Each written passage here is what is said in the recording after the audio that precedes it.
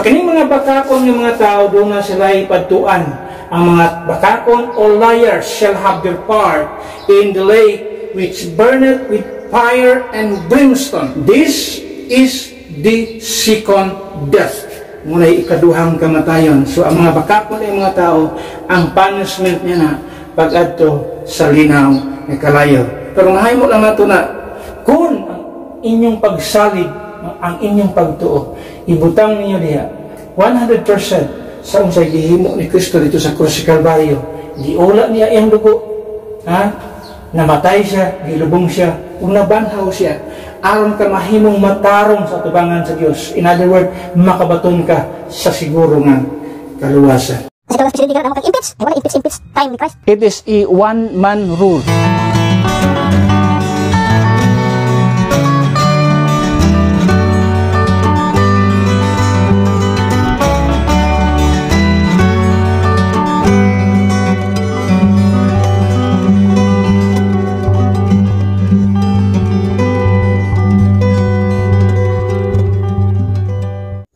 Okay, John chapter 8 verse 44. Ako ang basahon din sa mga mata.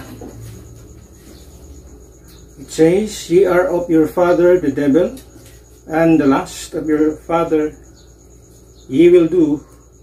He was a murderer from the beginning, and abode not in the truth, because there is no truth in him. When he speaketh a lie, he speaketh of his own, for he is a liar and the father of it." Ang Ginoo magapanalangin sa iyang pulong atong sigutan ining kabuntagon 7 descriptions of a liar and his lies or and his lie. Now, diri ato makita nga si Ginoong Hesus, he was talking to the Pharisees during his earthly ministry. Ang iyang pagkisultihan din iyang audience din is kining mga Pharisees. These Pharisees, muna silang mga religious leaders during his time. So, dili sila mga basta-basta nga mga tao, kaya naapo ni sila they are in judicial and religious aspects sa ilang time. Kining mga Pharisees. So, involved sila sa justice system o involved sila sa ilang religious system sa ilang panahon. Pero ang gisultihan ang gisulti ni Kristo Jesus sa ilaha, sakit kini siya nga pulong para sa tao nga maminaw nini. Iyon siya, "Ye are your father the devil, and the lust of your father ye will do. He was a murderer from the beginning, and abode not in the truth, because there is no truth in him." Kiniling tao, kiniling Satanas, kining demonyo, walay kamatuoran ani nga, walay kamatuoran diha sa iya. So the truth is not, you cannot find any single truth sa yawa. He is always speaketh a lie, because that is his nature. Nature sa yawa ang bakakon. O atong makita sa diri sa mao nga pulong nga naa siya mga tao, mga cohorts, mga tao nga nagsunod niya. Nga mga bakakon pod. And we are in an era where lies or mas na gitawag og mas known siya sa akong panahon karon as fake news, no? Kining gitawag fake news mo nang bakak. So nag-modernize nag-modernize ang maong vocabulary. Instead of sa una na lie, sa kabakak, karon ang term is fake news, pero sa pagkatinuod bakak ko na siya sa Biblia. In biblical term, bakak na siya. Kanang fake news na gitawag, bakak na siya. Mura lang siya o mura nindot lang para lindot o paminahon ba. Kung imong tan-awon sa atong panahon karon, whether in religious aspect, whether in political aspect, rampant kayo ning gitawag pagpamakak sa tao. Ang kapait, no, ang kalisod, kung ang tao masanay na sa pagpamakak, mo na pait kayo. Kana bang mo na iyahang kuan way of life. Ang lisod kining mga tao nga magatubang pas telebisyon, magatubang pas kamera, onyang isulti nga tos mga tao baka pagkalisod kining klase sa mga tao ngayon ana. Manang yung tabakak walay data. Asa may imong supporting documents sa imong pangsulti karon kung niyong kang tinuod ay imong gisulti. Asa man imong mga ebidensya? Because the evidence mo sulti nga nagsulti ka tinuod. Pero kung nagsulti ka lang in front of the camera nya wa kay ebidensya, baka kun kang dako.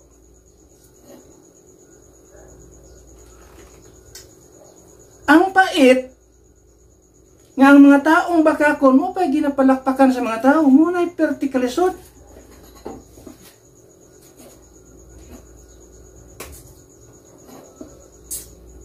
May kayong usan sa itong mga punto karon, ato na makita na karon sa ato ang description. We are talking about descriptions. How will we know ang usa ka tawo bakakon o ang iyong gisulti usa ka bakak? Now, na mga description ato makita sa Biblia nga karon. So we know kung asa ang origin sa usa ka bakak o ang tao nga mamakak asa ang iyang origin nga na.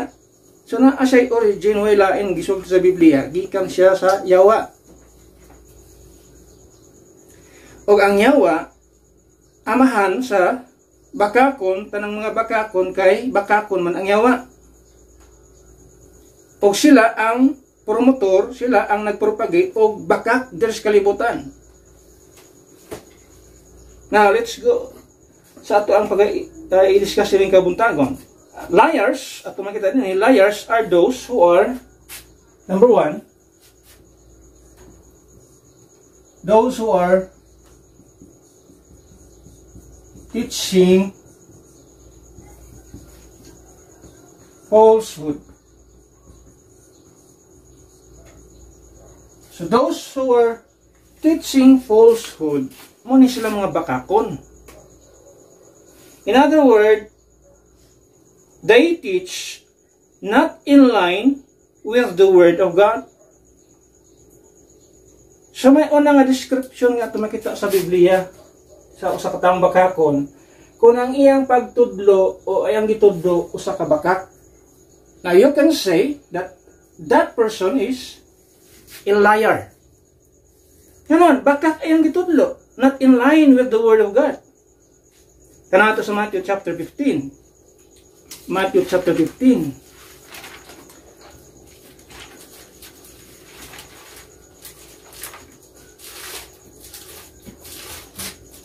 Muna siya bantayanan nga naman, daghang mga tao nga daladala sa Biblia, gatudlo po kuno, magtutudlo po kuno sa Ginoo. I-claim pa nga magtutudlo sa Ginoo, pero mga bakakon nga dagko nga mga tao. Ano yung atong bantayanan? Ang sabing sultiri Isaiah. Okay, yun sa din in verse number 6. And honor not his father nor his mother, he shall be free. Thus bear ye make the commandments of God of none effect by your tradition. So he's talking about tradition. Verse number 7. Ye hypocrites, well did Isaiah prophesy of you, saying, this people draweth nigh unto me with their mouth, and honoreth me with their lips, but their heart is far from me. Verse 9, but in vain they do worship me, teaching for doctrines, the commandments of men. In other words, they are teaching human traditions. Muna yung mga tao ng mga bakakon.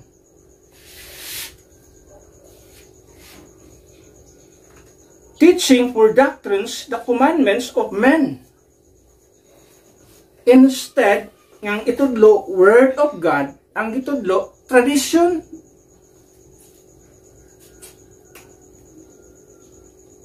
What this liar do?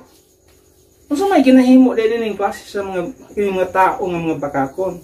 So kung yung tan-aon diya sa mong passage, yung tan-aon, they regarded human traditions as equal to scriptures. Na yung mga tradisyon, mga grupo karon.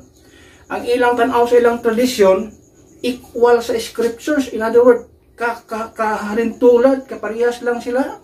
O authority, no? Ang word of God o ilang tradisyon, parehas lang.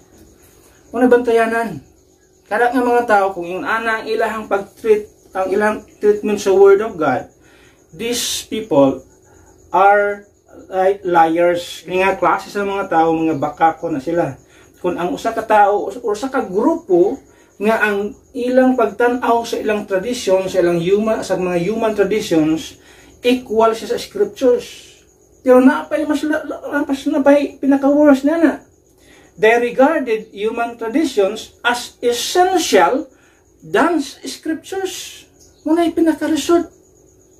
Nga ilang pagtanaw nga sa ilang human traditions, mas importante pa kaysa Biblia. I've heard a lot of people saying, amo may gisulti sa among simbahan.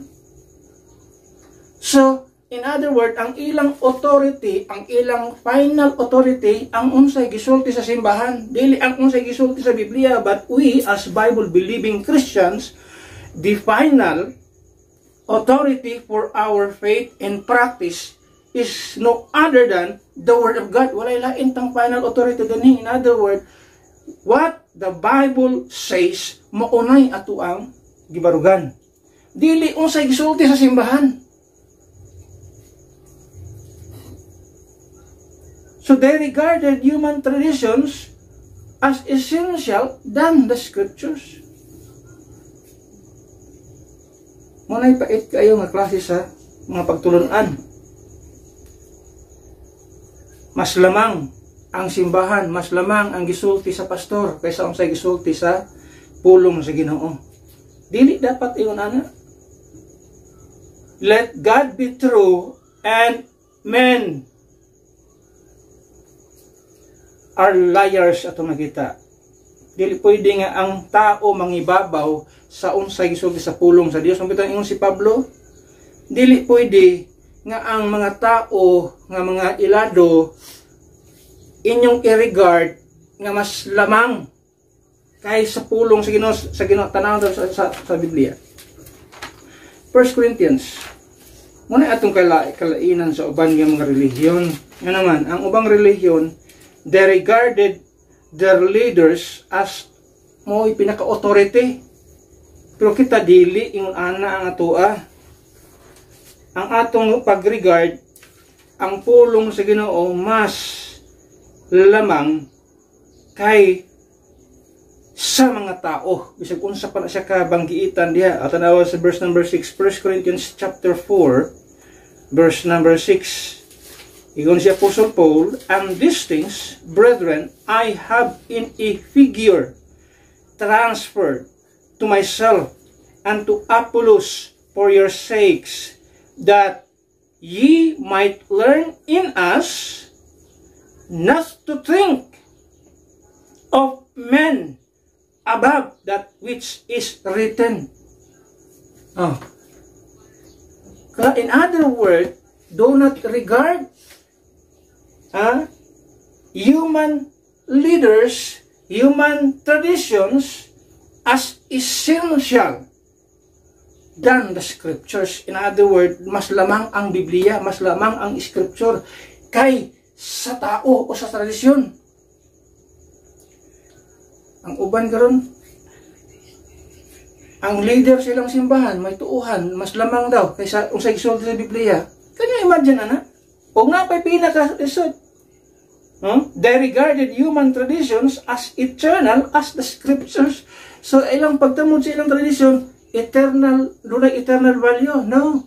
Ang dunay eternal value, ang Word of God. In other words, makita nimo sa Bible. Ingon pa gani sa Bible ha. Ang ngalan sa Dios balaan na siya daan. May kagngal name of God. No? Ang iyang pangalan balaan gamhanan.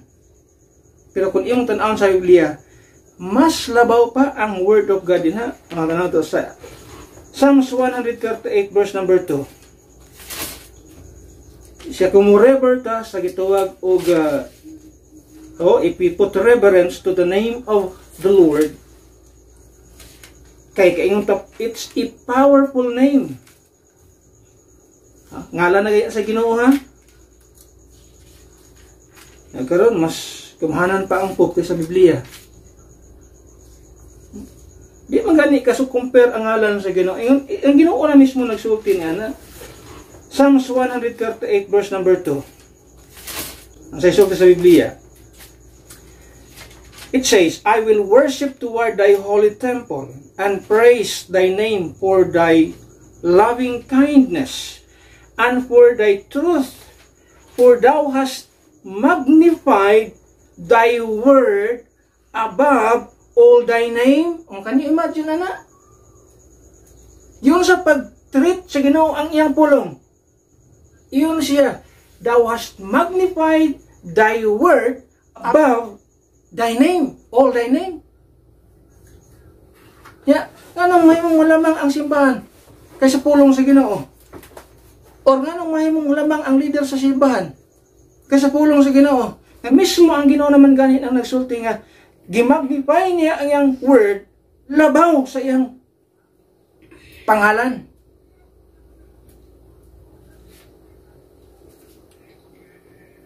So kung naay mga tao nga magtudlo nga ang Word of God is inferior i-compare sa mga human traditions, mga bakakon ng mga tao.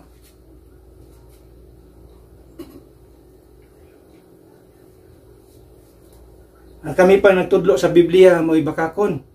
Kini mga tao nga nag-regard sa ilang tradisyon nga labaw sa scriptures mo'y tinuod. Kanya imagine, asa makita na? Ang among pag-regard sa Bible is absolute, final, and absolute authority sa kinabuhi sa Kristohanon. Dili ang leader sa simbahan, dili ang tradisyon sa mga kasimbahanan o sa mga denominations. Number 2, ato makita din ha. Kinsa ning mga bakakon? Not only those who are teaching falsehood, but number 2, ato makita din those who are twisting truth.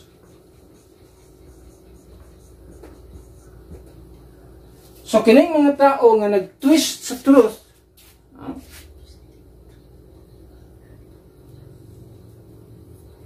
mo ning mga bakakon.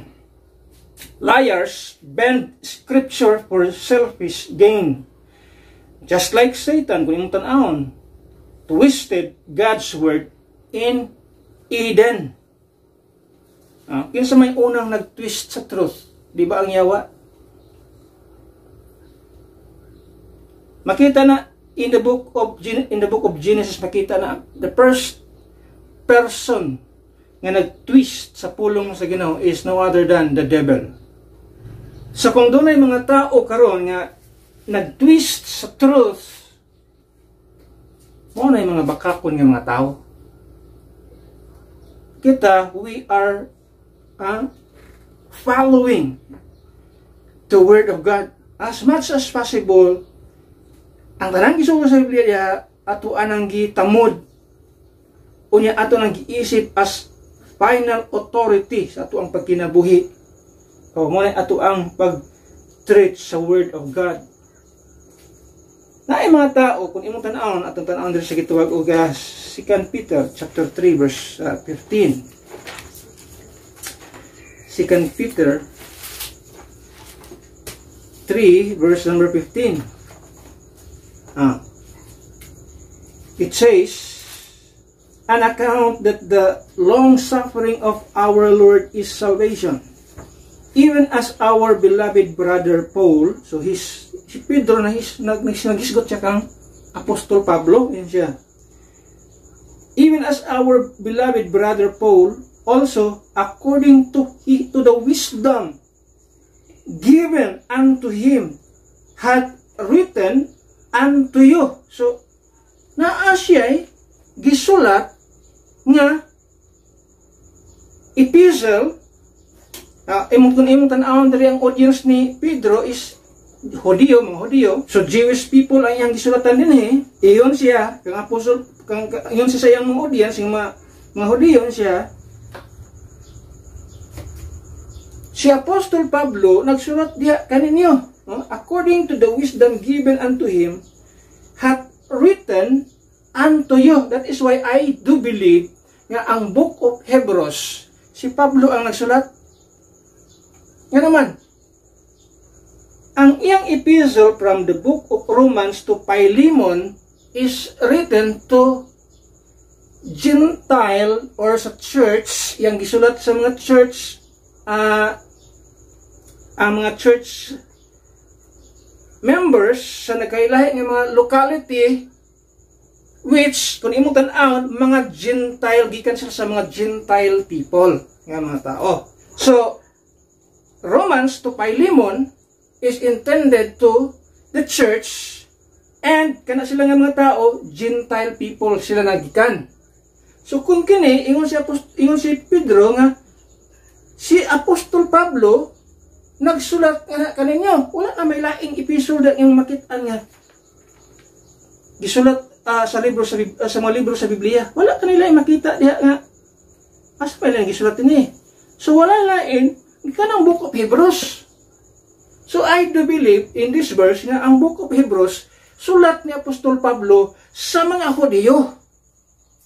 Hindi man mo na makita ito sa Biblia, sa Book of Hebrews. Hindi man na makita nga ako si Apostol Pablo nagsulat aning Book of Hebrews para sa mga Hebrew. Wala, di na kita ana.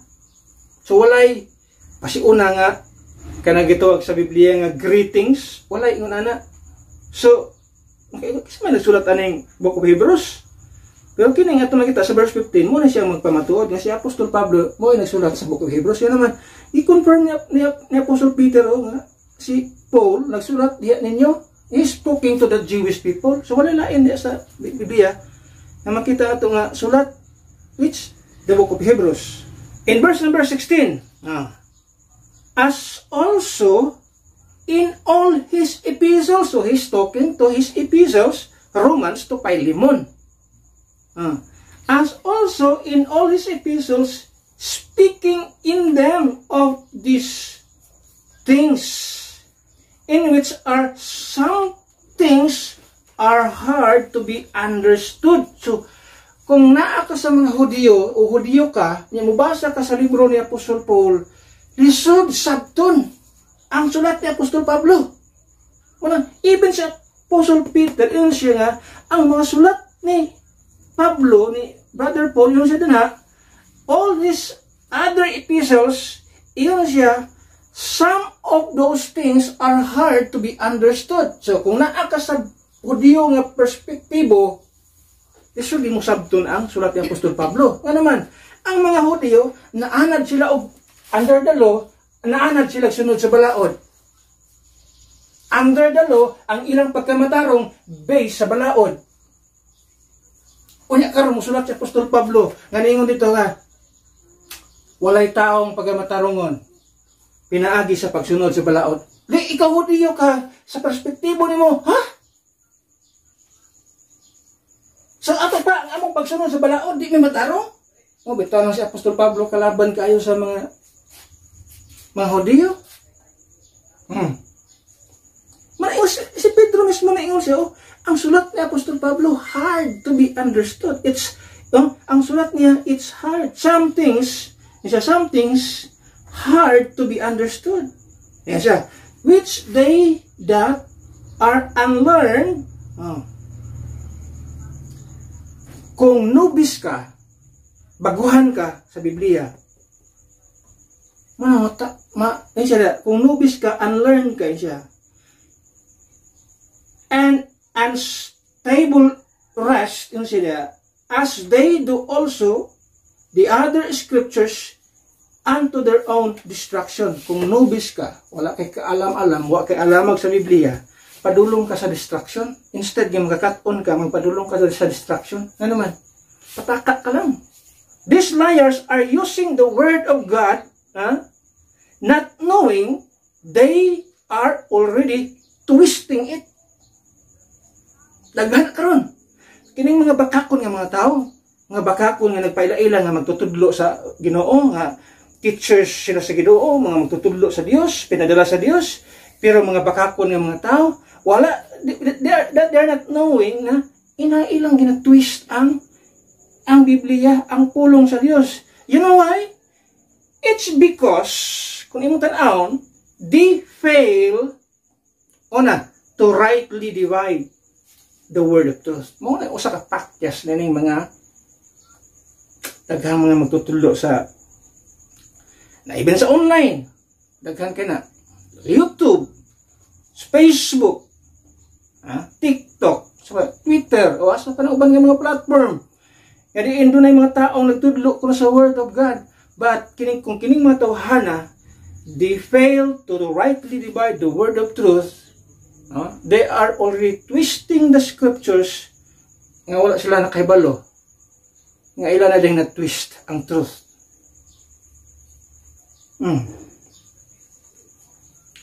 For example, may mga tao nga hangtod karon nagbantay pa adlaw ipapahulay. Naa sa Biblia, pero you are twisting truth. Ano naman? It is not in the dispensation of grace. It is not part of the dispensation of grace. That commandment is not intended for the church, the body of Christ. That commandment is intended for the Israelites people. Tithes, first fruits, gitudlo sa ilang simbahan. They do not know, not knowing, they are already twisting the Bible. Yan naman. Those are not para sa body of Christ. Failure to rightly divide the word of truth. Kaklaro anak nga kuman sa Ginoo. 2 Timothy 2:15, study to show thyself approved unto God, a workman that needeth not to be ashamed, rightly dividing the word of truth. Not only that, it is because they fail to recognize the difference between Israel and the church. Israel and the church, law and grace. So kung imo nang i-mix ang law and grace, you are twisting truth. Kung imo nang i-mix Israel and church, you are mixing truth. You are twisting the truth. Kung dili imo i-recognize ang difference between Israel and church, law and grace, you are twisting truth. Bisan pag naana sa Biblia na imong gi-quote, nagkuha og puzzle, nindot ta kay picture, pero ang mga pieces si imong gibutang di mao. Di saan pagka-drawing, saan pagka-forma sa picture diya. Kung dili nimo ibutang in a right place ang isa ka piece, every piece na siya right places nga, na siya right place kung asa siya ibutang para mapupurma nimo ang sa ka-image. Muna ang Biblia. Dili ang Bible dili na siya tira pasagad lang, dili siya tira quote lang sa bersikulo nga, asa lang ka quote nga. Amo na gisulti sa Biblia, mo na gisulti sa Biblia. Ang pangutana, imo ba nang gibutangan og difference, nagbutang ba kag difference between sa gitong Israel and the church? Kakara bang bersikulo nga imong gi-quote? para na siya sa church o para na siya sa Israelites people, mga Hudyo. And thirdly, ito makita din it is because they fail to rationalize the dispensations in the Bible. May paltos sa mga daghan kay mga magtutudlo sa Biblia. Kini, muna ang mga dispensation sa Biblia. Natay innocence, natay gituwag conscience, natay gituwag og promise, natay gituwag dinhi og law, natay gituwag og grace, natay gituwag gamay nga tribulation period, natay gituwag og millennial reign of Christ. Kung di nimo na i-rationalize or di nimo na i-explain, the word rationalize means to explain, para maghatag og clarification. Kung di nimo na i-explain kanang gituwag dispensation sa Bible, altos di ka diha. Yang saan po niyo pag-explain sa dispensation sa Biblia nga imong gigamit modern Bible, di ko ka-explain the word dispensation sa Bible. Munay mga tao, mga bakakon nga mga tao, naging bakakon sila, it is because they are twisting truths. O ganong ilang gitwist ang truths, kana akong gisulti.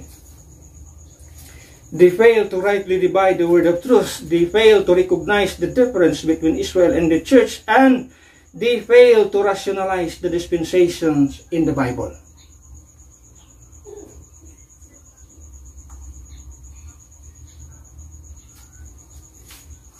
Number 3.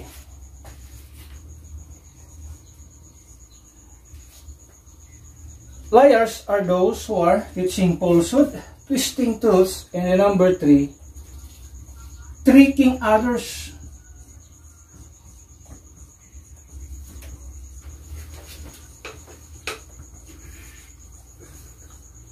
Gamit og mga tricks. In other words, these people, they deceive and ensnare souls with smooth words. Bantay ka niya klase ng mga tao. Romans 16 verse number 18. That's Romans 16 verse number 18. Romans 16 verse number 18. It says, "For they that are such serve not our Lord Jesus Christ, but their own belly, and by good words and fair speeches deceive the hearts of the simple." Ayaw padala sa mga bulada. Good words, fair speeches, sa sunod, deceive the simple.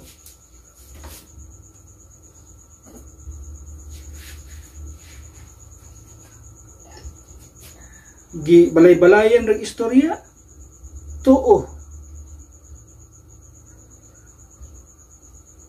Kaya na mga tao, whether we like it or not, na mga tao nga ang mga pulong magagawa silang mga baba, makabuhig patay.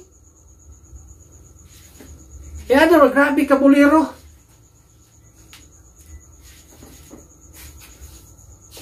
Pero sa intention, to deceive.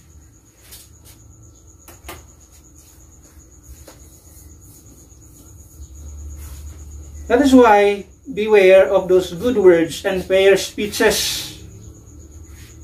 Kung sa pala sila ka good words, kung sa pala sila ka fair speeches, kung wala na sa Biblia, ayaw kubit sa taga nga gamit sa nining mga tao. 2 Timothy 3:13. 2 Timothy 3:13. It says, "But evil men and seducers shall wax worse and worse, deceiving and being deceived." Do not fall sa ilang mga tricks. Sa mga online, sa mga mahilig sa internet, ayaw padala sa mga fair speeches and good words. Daghang mga tricks diya. You will be deceived kung ignorante ka sa gitawag truth. Number 4. So liars are those who are teaching falsehood, twisting truths, and tricking others. And then, atong duwaga number 4, those who are tickling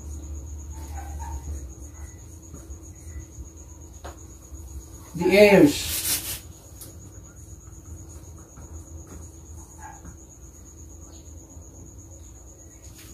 Or they tickled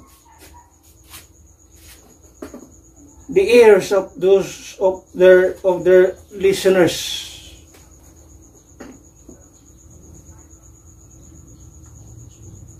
Pero mga bakakon nga mga tao, 2 Timothy chapter 4, 2 Timothy chapter 4 verse number 3 to 4. Sa sulti sa pulong sa Ginoo. It says, "For the time will come when they will not endure sound doctrine, but after their own lust shall they heap to themselves teachers having itching ears, and they shall turn away their ears from the truth, and shall be turned unto fables." In other words, fable stories. That is why I don't use illustrations in my teaching and preaching. Kung makabantay mo sa mga teaching na ito din sa ato ang preaching, sa ato mga lesson na ipanggamit, I don't use illustrations. Why? Because we don't know that those illustrations are made up stories or fable stories. So kung muna akong isulti, dili ko aware kana nga mga istorya binatbuhat na sa tao, baka nga akong gisulti sa mga tao. Na naman, most of the time, ang mga illustrations, muna yung mutikil sa itong dunggan, mo yung pagilok-gilok sa dunggan sa tao ba? May mga, hindi ta paminawon, king istorya yung ani. Pero ato sa Word of God, mamata. Dagang kabantay ko na. Kung pure Word of God ang isgutan, ang mga naminaw, Pero istoryahe o mga fable stories, mga bakat ka mga istorya, ay, sigaking mata. Pag uli sa balay, ang isgutan, ang istorya ra, ang katawanan sa pastor. Asa nakakakitaan na ang klase sa mga tao? Manang di ko usually, wa ko gagamit og illustration. So why? Di ko kahibalo, kanang ang illustration, tinuod ba ng istorya o dili? Base no mga made up stories lang na. Mugamit lang ko kung sure kung tinuod ganay tabo. Di wala siya sagol bakak, pero di ko sure ga. True ba ni o dili ba tinuod? Lisod kay isulti ana. Nga, mahimot ang bakakon. For the sake of tickling the ears of those who listen sa ato ang sa atong gituwag og mga ipang tudlo, magamit ko mayon ana for the sake murag gitikitiko na to atong ang mga dulungan sa mga tao, bagilok-giloko na tong idulong sa mga tao para ganahan sila minaw. Made up stories mo na isulti nila They shall turn away their ears from the truth, the Word of God. Muna truth, Word of God. And shall be turned unto fables. Muna yung mga illustrations na gitawag. Mga made up stories. Instead of the Word of God, the truth, mas ganahan na minaw sa istorya nga. Huwag ka kaibalo sa basis. Asagikan. Tinuod ba o dili? So, daghang mga tao, gagamit niya na, huwag sila kaibalo, they are already, mga bakako na sila. Ano naman? Imong gitudlo, di tinuod. Imong gisulti sa mga tao, di tinuod. Di bakakon ka? Pero kung word of God imong gamiton, kay balo ka nga truth na siya, in other word, walay bakak. Kay word of God ang imong gitudlo. Nabantay ta ning klase sa mga magtutudlo. Daghang kung kailan na. Mga made up stories, manindot kay paminahon, may kimo story, may kimo garay-garay sa istorya. Magikunin. Okay man na siya, pero kung di na tinuod, you are already telling lies. Bakakon ka. Muna'y gisulti sa Biblia. Okay, muna'y gusto sa mga tao, paminahon ka ng mga istorya-istorya. Muna'y gusto at paminahon sa mga tao. Instead of going to the truth, yung sa they turn to fables, made up stories. Careful tanan. Number 5. Nga description.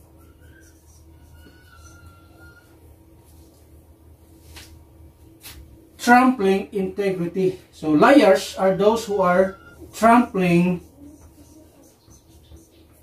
integrity.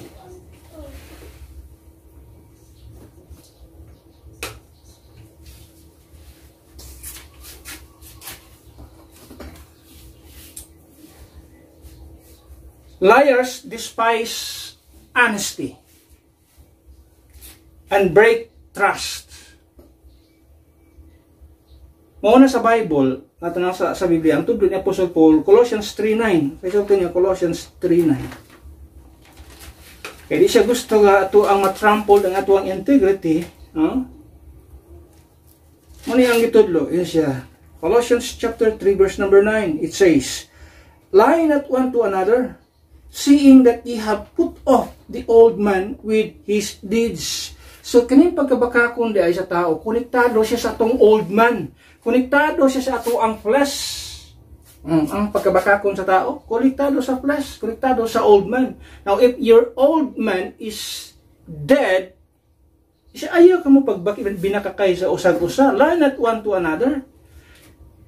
Kaya ang mga bakakon ng mga tao, liars, despise honesty and break trust. Maning mga tao nga, sobrahan na kabakakon, naging lifestyle na nila. Kita ang politiko, grabe kabakakon, lifestyle na nila, matuo pa mo, abot na ng kainyo. Nagtuo na mo sa Biblia, wala. Pero, daghang mga tao ngayon, anak karon, despise ang honesty. Nga nang mayon nga, naatas kamatuoran, because, unsay atong gisulti diri, naatay basis atong gisulti. No? Wala ta nagsulti-sulti diri, unsa-unsa lang, naatay basis, but pasabot, doon tayo ebidensya, doon tayo pruweba. No? Ano, nagtuotag dispensation for example. Ano, nagtuotan nining naisip ng dispensation? Kaya naatay pruweba. Inaa sa Biblia. Ano, nagtuotag rightly, unsa ka importante ang rightly dividing the word of truth, kaya naa sa ato ang Biblia. Kung wala na, magisgot na, magisgot pamtang wala man na. Pero naaman sa Biblia. Ano mga tato niya, siguro ang atong kaluwasan. Ang atong kaluwasan, pinaagi lang sa unsay gimo ni Kristo sa krus sa Kalbaryo. Yang giula yang dugo, namatay, gilubong, nabanhaw siya sa tulo ka adlaw. Anong nituutan ang amoy kaluwasan? Kay mauna siya power of salvation. O ang response sa tao niya is to those who believe. O tuo ka. Kung nga na ito nang gituhan, ito nang gidawat, klaro ang ebidensya. Pero imo kung tudluan din niya, waka ebidensya sa imong gitudlo. Hawa na lang tudlo ka diya, waka ebidensya sa imong gitudlo.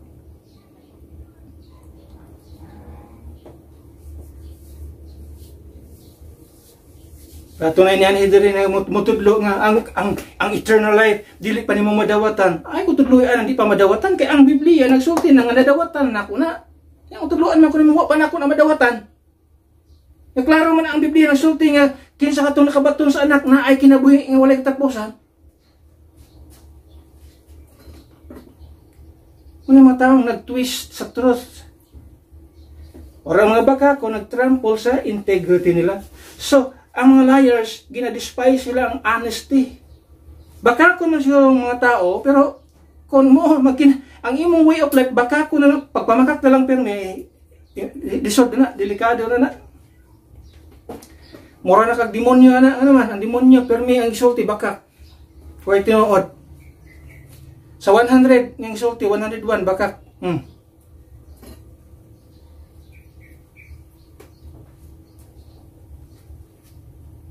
Manang sa Kristohanon, kita nga mga Kristohanon, sa mahal sa Biblia, na diha lang ta sa kamatuoran.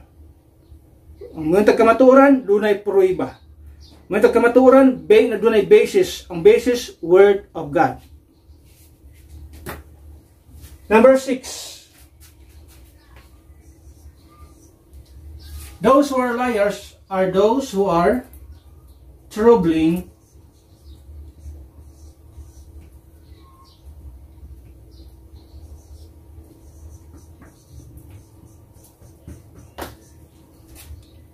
the sense.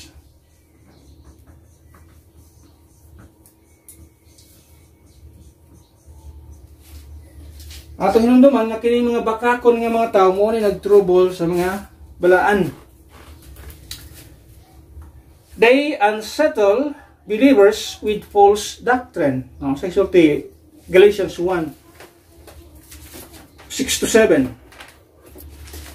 Galatians chapter 1 verse number 6. It says, I marvel that ye are so soon removed from him that called you into the grace of Christ unto another gospel, which is not another, but there be some that trouble you, and would pervert the gospel of Christ.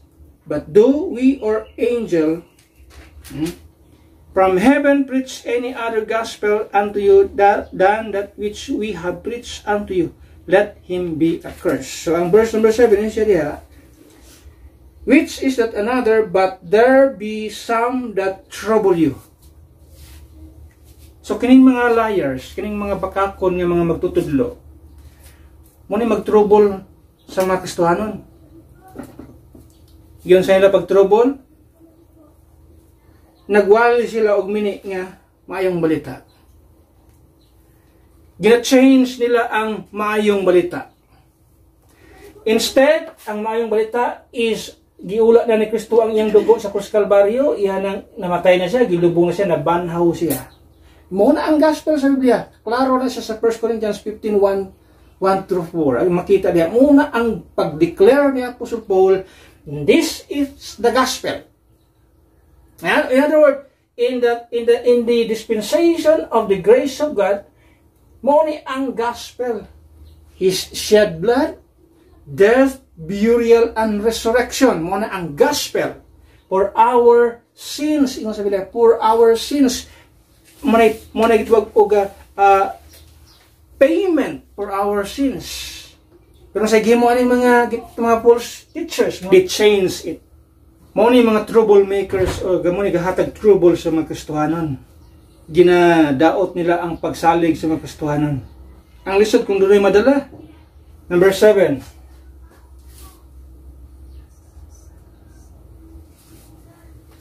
Liars are those who are, number 7, turning away from God. So, ano yung mga bakakon ng mga tao? They are turning away from God. It is a dispensational teaching at makita din ha. Pero atong i-quote. Ato na siyang ginatreat as dispensational teaching. John, 1 John 2:4. 1 John 2 verse number 4. It says, He that saith, I know him, and keepeth not his commandments, is a liar, and the truth is not in him. So, kung mga tao daw, ingon nakaila sila sa Dios, pero wala magatipig sa commandments, baka kun siya, o the truth is not in him. Kung saan ito na pagkuhan ka ron, saan ito na pag gitog apply. We know that John is part of the general epistle. So when we say commandments, so klaro kayo nga minto commandments naa sa mga Hudyo nga side. Kung minto mga balaod sa mga Hudyo nga mga side. Kung minto sa Christian nga mga grupo, kung naa may commandments, naa may tayo mga commandments, pero not in line ang uban diha, di tanang commandments sa mga Hudyo applicable sa ato nga panahon diha. Kung unsa lagi balik ni Apostol Paul sa iyang panahon, mo na ato ang dawaton. For example, sa 10 commandments, ang siyam diha gibalik ni Apostol Paul. Yan ang gibalik, yan ang gitudlo diri sa church age period. Pero doon ay usa ka commandment diya nga wala nag-i-appeal. Unsa? Sabbath. Sa tanan nga commandments, sa 10 commandments nga makita sa Old Testament, sa Exodus 20, doon ay usa lang ka commandment nga wala gi-appeal ni Apostle Paul. Ang Sabbath day.